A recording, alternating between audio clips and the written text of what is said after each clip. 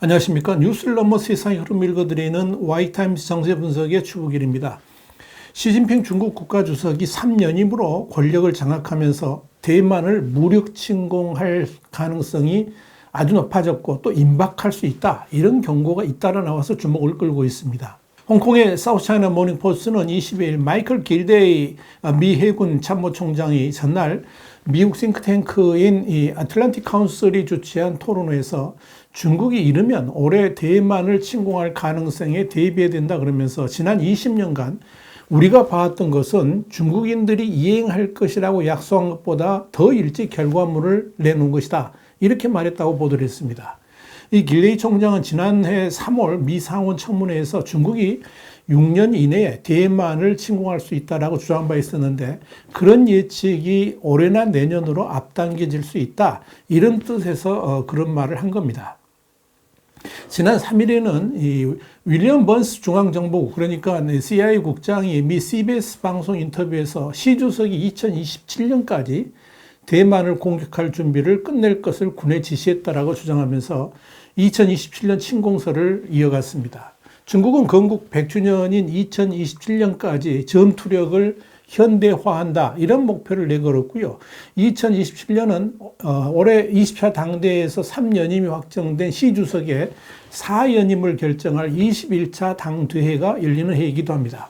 번스 국장은 우리는 그러니까 시진핑이 군에 2027년이 지나기 전에 대만을 성공적으로 침공할 준비를 하라고 지시했다는 것을 알고 있다 그러면서 우리가 보기에는 2020년대 후반으로 갈수록 분쟁이 발생할 위험이 커진다는 게 현실이다, 이렇게 밝혔습니다.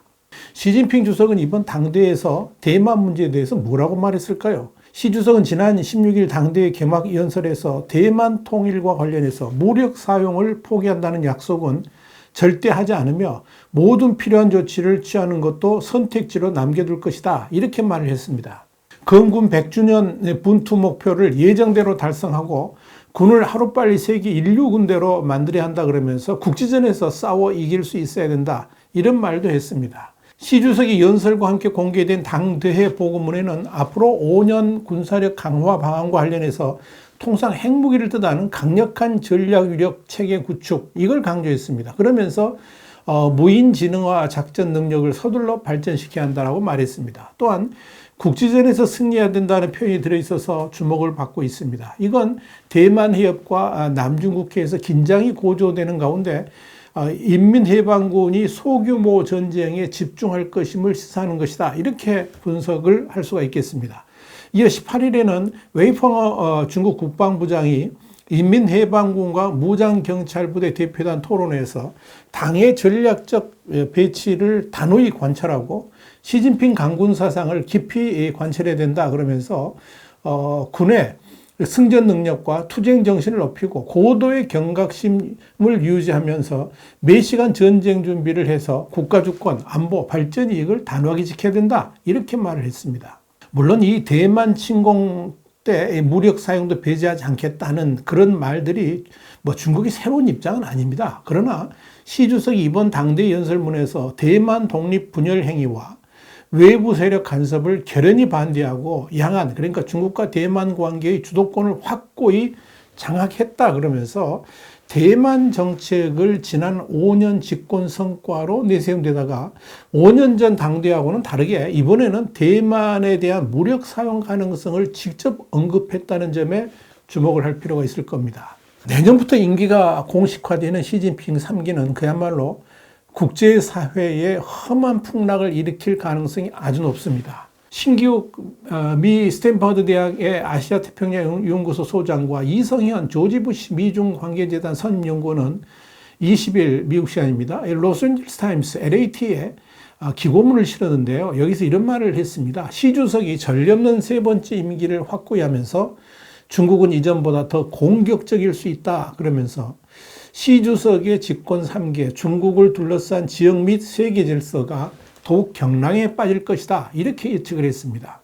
시 주석은 5년 전 중국이 사회주의의 새로운 시대에 접어들었다고 한 데 이어서 이번에는 목표를 현대 사회주의 국가 건설이라고 했다. 그러면서 이는 1949년 이후에 건국 100주년까지 미국을 추월하겠다는 암묵적인 목표와 함께 2049년까지 사회주의의 우월성을 입증하겠다는 야망을 분명히 한 것이다. 이렇게 분석을 했습니다.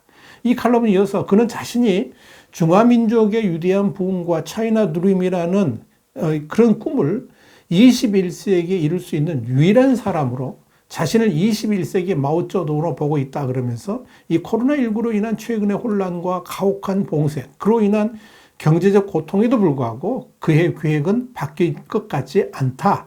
이렇게 내다봤습니다. 시진핑 주석은 다가오는 새로운 임기 5년에서 자신이 장기 집권으로 갈 수밖에 없었던 증조화를 중국 인민들에게 보여줘야 됩니다. 당장 경제를 살려서 미국과 대적할 만한 성과를 보여줘야 되고 또 모든 인민이 잘 사는 중국을 만들어서 중국몽의 위대함을 모두가 느낄 수 있도록 해야 된다. 이런 막중한 과제를 안고 있습니다.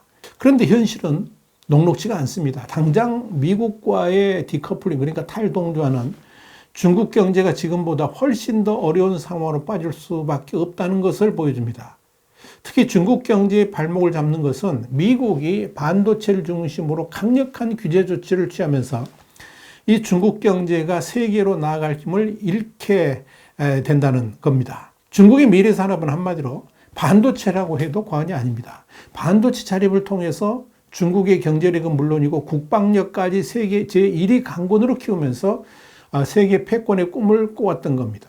그런데 미국에 의한 반도체 제재는 이런 중국몽을 산산조각 내기에 충분합니다. 지금 계획대로 미국이 이 반도체 관련 규제를 강행하게 된다면 중국이 10년 이상 후퇴하는 것은 보지 않아도 뻔합니다. 자, 이렇게 되면 당장 시진핑 주석이 3년임을 강행해야 했던 명분을 잃어버리게 됩니다. 이건 당장 중국 내부에서 엄청난 반란을 초래할 수도 있을 겁니다. 자, 이런 상황에서 시진핑의 탈출구는 딱 하나가 있습니다. 대만을 복속시키는 겁니다. 대만과의 전쟁은 시진핑에게는 아주 좋은 명분이 됩니다. 마오쩌둥 이래 중국 공산당의 수건을 이루는 것이기도 하거니와 더 중요한 것은 대만의 반도체를 고스란히 뺐음으로 인해 가지고 미국의 제재를 정면 돌파할 수 있기 때문에 그런 겁니다. 그래서 많은 전문가들이 시진핑은 반도체를 얻기 위해서라도 대만을 공격할 가능성이 높다라고 예측을 해왔던 겁니다. 이런 점에서 미국에서는 만약 미국이 대만을 지키지 못한다면 제일 먼저 대만의 TSMC를 비롯한 반도체 공장부터 파괴시켜야 된다. 이런 극단적인 말까지 나오게 된 겁니다. 자, 이런 측면에서 우리 신문도 시진핑의 새로운 5년 임기 동안에 경제가 악화되면 될수록 또 시진핑에 대한 반대 세력이 강화되면 될수록 그 돌파구로 대만을 전면 공격할 수 있다라고 예상하고 있는 겁니다. 특히 우리 신문은 올해나 내년보다 오히려 2024년이 시진핑이 대만을 향한 무력 행사를 할 가능성이 높은 시기로 봅니다. 그 해에 바로 대만의 총통 선거가 있기 때문이죠. 또 2024년에는 미국의 대선도 진행됩니다. 시진핑이 바로 이 대만 총통 선거에 영향력을 행사하기 위해서 이 대만 독립 세력이 집권을 막기 위한 도발을 할 가능성이 아주 높다. 저는 그렇게 판단합니다. 이런 중국의 대만 침공 가능성에 대해 대만은 어떻게 반응했을까요? 미국은요. 자, 일단 천민퉁 대만 국가안전국장, 그러니까 우리나라 치자면 국가정보원장인데요. 천민퉁은 20일 시진핑 중국 국가주석이 대만을 공격한다면 모든 중국인의 죄인이 될 것이고 전쟁에서도 승리하지 못할 것이다. 이렇게 강조를 했습니다. 천 국장은 이어서 시 주석이 대만을 공격하겠다는 위협을 지속하면 재앙에 직면하게 될 것이라 그러면서 중국이 무력을 사용해 승리할 가능성은 없다라고 언급을 했습니다. 그렇게 되면 중국은 국제사회의 제재와 외교적 고립에 처할 것이고 중국 인민의 위대한 부흥을 망치고 중국 인민의 죄인이 될 것이다. 이렇게 덧붙였습니다. 미국의 토니 블링컨 국무장관도 지난 17일 최근 몇 년 새에 대만에 대한 이 베이징의 접근법에 변화가 있었다 그러면서 베이징은 훨씬 더 빠른 타임라인에 따라 통일을 추구할 것을 굳게 결심했다라고 말했습니다. 그러면서 미국은 대만과 패트리엇으로 이 지대공 미사일 점검을 위한 기술 지원 계약을 체결했습니다. 또 미국 방산업체가 기술을 공유해서 대만에서 무기를 제조하거나 대만에서 만든 부품을 사용해 가지고 미국에서 생산하는 방안을 검토하기 시작했습니다. 이건 대만에 대한 중국의 위협에 적극 대처하기 위함입니다. 이렇게 되면 통상적으로 무기 도입 결정에서부터 인도까지 10여 년이 걸렸던 것을 대폭 단축할 수 있다는 강점이 있습니다. 자, 이렇게 시간이 갈수록 대만의 고슴도치 방어 전략은 더욱 강화가 될 것이고, 그럴수록 시진핑은 초조해 질 수밖에 없을 겁니다. 그래서 통일이 영원히 불가능해지기 전에 서둘러 대만을 공격할 가능성이 높다라고 예측을 하고 있는 겁니다. 화이트타임 정세 분석이었습니다. 감사합니다.